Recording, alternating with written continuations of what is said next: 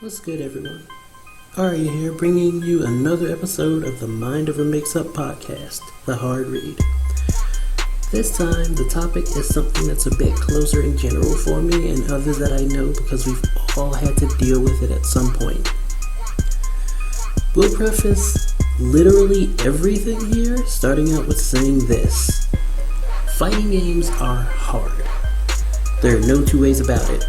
There are some crazy concepts to grasp when it comes to learning almost any fighting game, whether it's got to do with learning the flow of a game or the basics therein. Even harder than learning a fighting game yourself, though, is the concept of teaching someone else how to play them. There's a lot to consider right off the bat. Have they ever played fighting games before? If so, which ones have they played, and which did they put the most time into? If not, and they're starting fresh, which options should you consider in regards to helping them in getting started? Sometimes, due to a bit of overlap in certain concepts in other video games, a topic we'll cover in a later episode for sure, you might find you'll have an easier time getting some things across to people, and really, that's one of the biggest hurdles to jump, understanding the flow of a fighting game. For this reason, certain games are great for teaching a general approach to a lot of things, but the most important first step is execution. We live in an age where there are several fighting games that have easy to learn controls with hard to master concepts. Blade Strangers and Power Rangers Battle for the Grid are two examples of fighting games where the basics of those games are wildly different, but the actual execution of moves and basic combos is heavily simplified.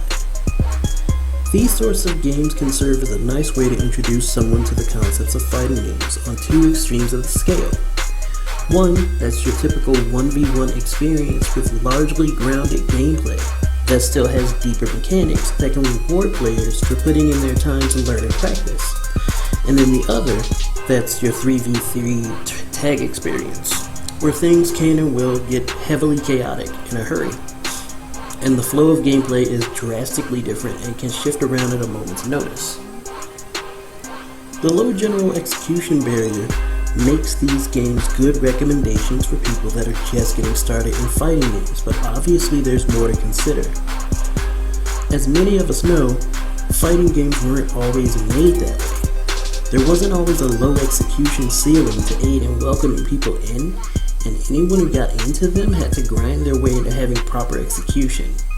Devs to this day are struggling to find a middle ground so that they don't have to give up the usual ceiling of learning for lesser skilled players. Tutorials and lesson modes have made their way in to push things into a more manageable direction, but even those weren't the norm. Heck, it was a rarity to even get a training mode in a fighting game. This brings us to another potential candidate for a teaching tool, that being 3D fighting games. Most 3D fighters have a lot of the above mentioned aspects going for them in that their basics as far as controlling their characters or doing certain moves is much easier. Oftentimes, you get something with a 3 or 4 button control scheme with different button combinations or button strings giving you various moves and combos, while also having other mechanics to get into, adding more depth that can be learned over time. Tekken is a fantastic example of a game that can give newer players lots of leeway to feel out the game in their own way. Characters are, for the most part, vastly different in feel and play across the board, and there's a lot to work with for players of multiple levels. Something else that helps is that for as complicated as things can get, the higher you go, you can distill the main concept of the game down to juggles are your best friend, which can give newer players an easily established foundation. Regardless of which fighting game you start with though, you'll need to tackle the same issues to start with, and that's when the type of person you're teaching becomes very important. Now, these can vary from person to person, and I'm speaking solely from my own experiences, so feel free to speak on your own experiences, and even give recommendations if you see fit in regards to these. First, you've got the studious types.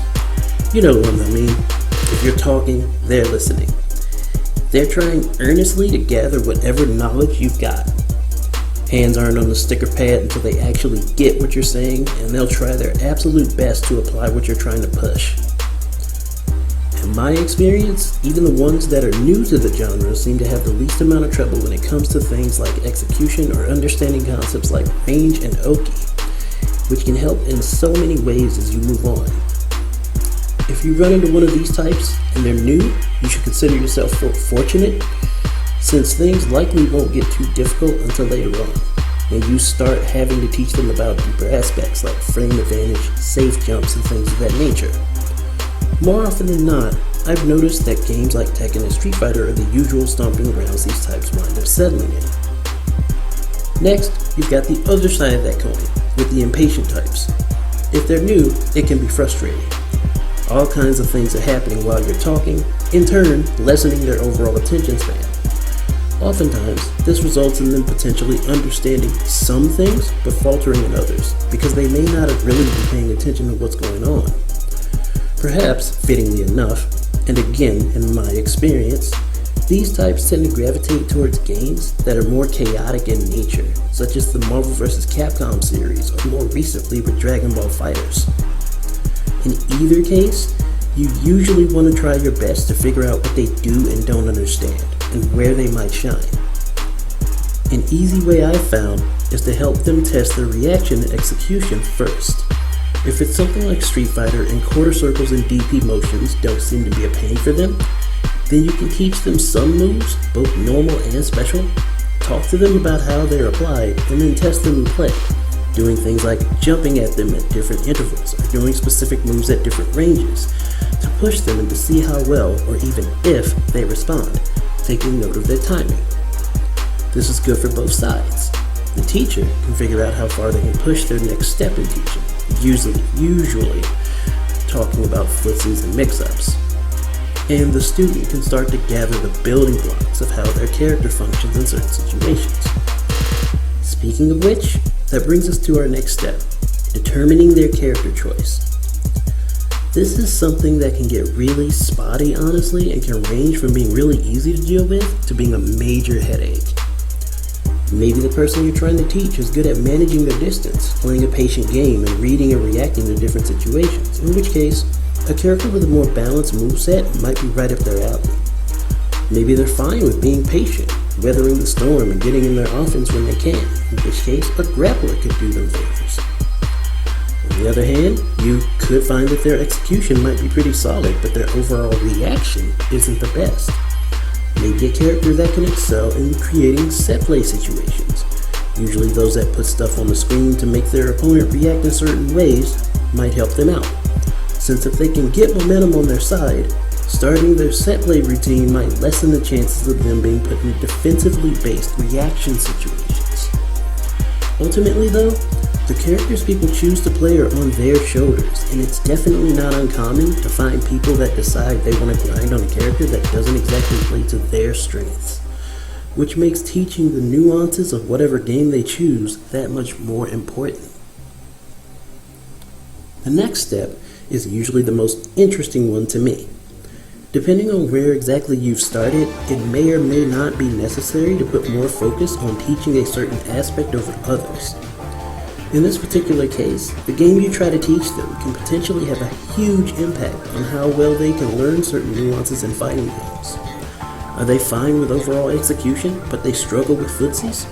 Koihime Embu Ryo Rai Rai would be a good choice to help smooth things out in that regard. But a hardline counter and combo system that absolutely screams, mess up and you're done, even players that are starting out can quickly learn the importance of patience and properly timing and spacing their attacks. No one likes to be turned into an impromptu combo exhibition mid-match after all. And while something like Tekken can certainly apply here as well, I find that very little gets the point across better than the visually and audibly distinctive clang that lets someone know they've definitely goofed. If patience is an issue, on the other hand, games like BlazBlue Cross Tag Battle or the aforementioned Power Rangers Battle for the Grid might help to get the point across that sometimes your best option is to wait your turn. If you're reckless in either of those games, you can wind up paying for it dearly. Pressing buttons without a method to your madness can put you in some bad spots really quick. So then, Let's say you've gotten to a comfortable point with the person that you're teaching. They're fine with the execution, and you've pinned down a game or even games that they like to play. They're willing to learn and are down to put in the time. What then? That's where the hardest part can come in. Once they've started to get down the basics of things, and you've established that yes, they can in fact pick up on the different aspects that make the game and their chosen character tick, then they have to play. A lot. Now, the current climate of the world makes this much harder in some cases than others. Bad online with what's currently happening can utterly ruin things before they can even get started. But if you're blessed with a game that has reasonably stable netcode, the next step that your student can and should take should be to play against as many people as possible. If their main goal is to learn, it can make this an easier process to deal with, as chances are they'll focus far less on the W's and L's they get, and more often than not, their frustrations will come from the things they don't understand. If their main goal is to win, it can make this process harder to deal with, since simply put, if they aren't winning, then to them, they aren't progressing. In these cases, they won't focus on why they aren't winning, and more often than not, they can take a dip in confidence. In either case, the best thing to do, if at all possible, is to have them compile match footage. Or if you're playing with them yourself and you can do it, record matches with them so you can sit down and show them where they've done things well and where they might have faltered. Do your best to explain their different options. If they're the impatient type, being in a match and teaching them through example may be the better alternative. Oftentimes, their first sticking point is that they, quote, couldn't do anything, unquote, in a certain situation. In which case, you can teach them through a combination of active repetition and a thorough explanation during. If they're too busy mashing to think about why you keep anti-aiming or hitting them with an overhead, but you aren't explaining why it's constantly working, or if you're trying to explain why they shouldn't do something, but it's in the middle of a match, thus ensuring that they're too busy doing something else to pay attention, you may have issues getting the point across. But if you can explain while doing, it'll usually make a light bulb click for them. Last and certainly not least, teach them the importance of using the tools at their disposal. Many games nowadays have a training mode that can get pretty extensive when it comes to the tools one can use to learn. They can record different actions to figure out how to counter or evade different things, like jumping in from different ranges or angles, or moves or strings that create pressure situations that they have issues dealing with. They can make the training dummy recover or even counter or use reversals at varying intervals so they can figure out how to approach or react to different offensive situations. There are loads of things training mode can help with, and it's super important that people take the time to figure out how to make it work in their favor. An additional note though, for sure, is that once they reach a certain point where they seem to have a solid grasp on execution and general basics, there is absolutely nothing wrong at all with them watching others of varying levels play, which of course goes hand in hand with having them play against as many people as possible. They can learn different strats for their character of choice, and maybe potentially see things that you may have omitted to teach, or didn't even know yourself. Anyway, this was a really long one, and while I'm a bit shook that it took this long to get through, I do hope this gives some people that are teaching others in fighting games a few thoughts to consider. If you've got your own opinions, feel free to chatter about them in the comments down below. In the meantime, thanks a ton if you took the time to give this a listen, even more so if you gave your 2 cents. This is Aria with the Heartbeat Podcast for the Mind of a Mix-Up. Stay happy, stay healthy, and stay awesome.